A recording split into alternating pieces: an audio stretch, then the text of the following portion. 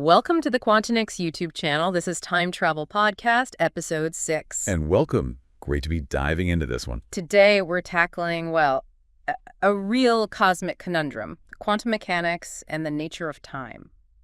It's fascinating, isn't it? How the two, fundamental aspects of reality seem to operate by completely different rule books. Absolutely. You've got the quantum world, all fuzzy probabilities and weirdness. And then our everyday sense of time just ticking along smoothly, or so we think. Right, until Einstein comes along and says, hang on, time isn't fixed at all. It can stretch, it can shrink. It's part of space-time. Exactly. So our mission today, for you listening, is to explore these, pretty wild ideas coming out of quantum physics about what time actually is. And we'll try to do it without needing a PhD in theoretical physics. We're aiming for those aha moments, definitely. Yeah. So some questions we'll be asking. Does quantum mechanics mean the future's already decided? How does quantum weirdness fit with this idea of a block universe, where everything happens sort of at once? And the big one.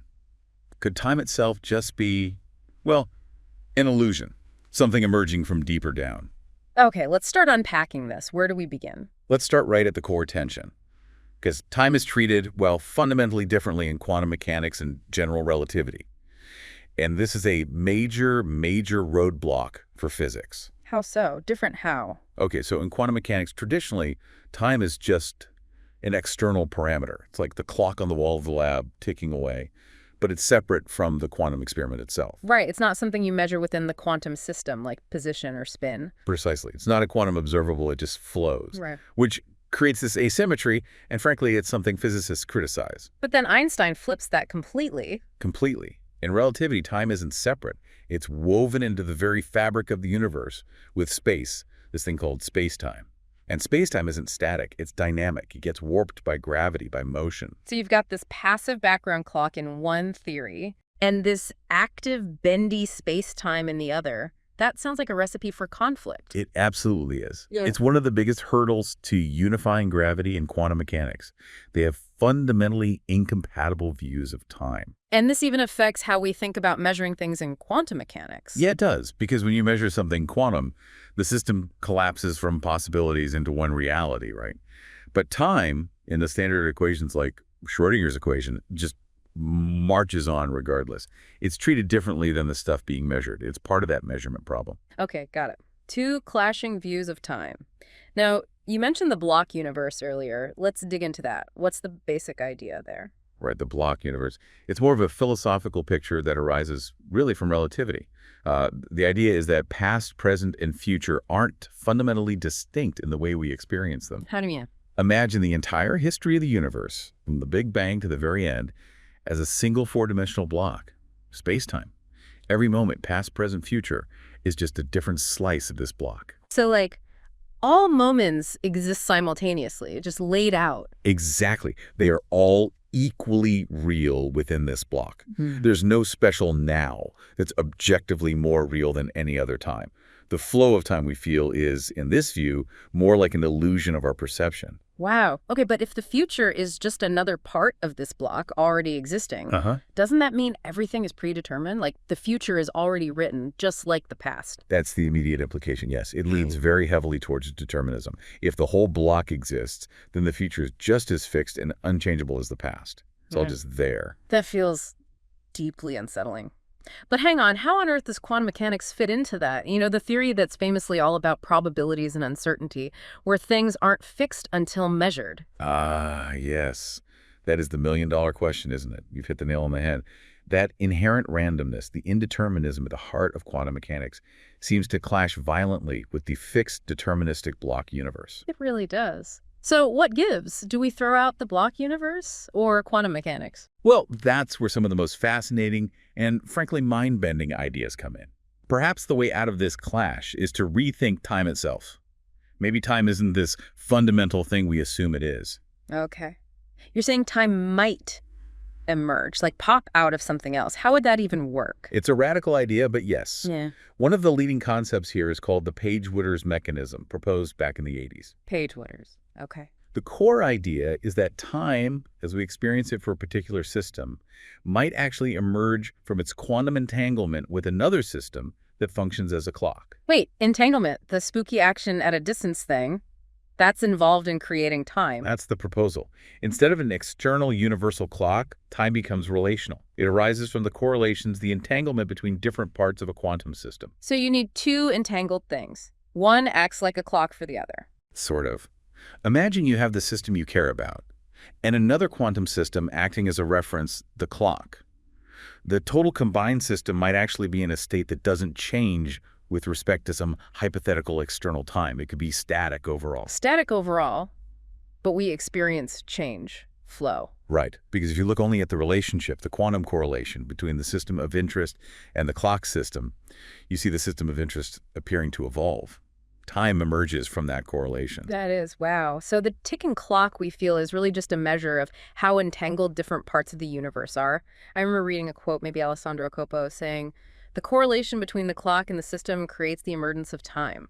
That sums it up beautifully. Yeah. And this isn't just an old idea. There was research published, I think, May 2024 in Physical Review A, suggesting time could be a kind of mirage arising purely from entanglement. A mirage, so not real in the fundamental sense. That's the implication. It's an emergent phenomenon.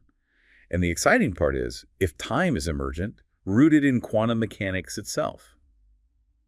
Maybe that's the bridge between quantum theory and general relativity we've been looking for. Because relativity treats time as fundamental, but if it actually comes from quantum stuff. Exactly. It could resolve that core conflict we started with. It completely changes the game. Okay, let's shift slightly. You mentioned the block universe suggests time symmetry. What does that mean and how does it connect? Right, time symmetry. If the block universe picture is right, and all moments are equally real, then the fundamental laws of physics shouldn't inherently prefer one direction of time past a future over the other. They should work the same forwards and backwards. Like running a movie in reverse, the physics should still make sense. Ideally, yes, at the most fundamental level. This has led people to explore versions of quantum mechanics that are explicitly time symmetric. And what happens if quantum mechanics is time symmetric? Any weird consequences? Well, this is where things get really controversial. One potential implication argued by some physicists like Hugh Price or Leifer and Pusey is something called retrocausality. Retrocausality. Backwards causation. The future affecting the past. That's the idea. It's highly speculative, but they argue that if you assume time symmetry in quantum mechanics and a few other seemingly reasonable things, you might be forced to conclude that future events, like measurement choices, could exert some influence backward in time. Okay, my brain just did a somersault. How is that even possible? It breaks everything we think about cause and effect. It absolutely challenges our intuition. The motivation, partly, is that it might offer explanations for things like quantum non-locality, those spooky correlations in Bell's experiments without action at a distance, but instead via influences traveling back from the future measurement. It might mean our measurement settings aren't truly independent. Are there less time-bending alternatives? Oh, yes, definitely. Others propose different readings. Maybe it's not direct retrocausality, but something called temporal non-locality, like action at a distance, but across time. Or perhaps it just points to global correlations existing across the whole space-time block, consistent with the block universe, but without needing explicit backwards influence. So we're still circling back to this fundamental clash, aren't we? The fuzzy, probabilistic quantum world versus the fixed, deterministic block universe. We are. Quantum indeterminism, the idea that a particle is in a superposition of states until measured, seems completely incompatible with a future that's already laid out, definite, and waiting for us in the block. You can't have both, it feels like. A future that's both fundamentally uncertain and already fixed. It certainly seems that way in the standard interpretations.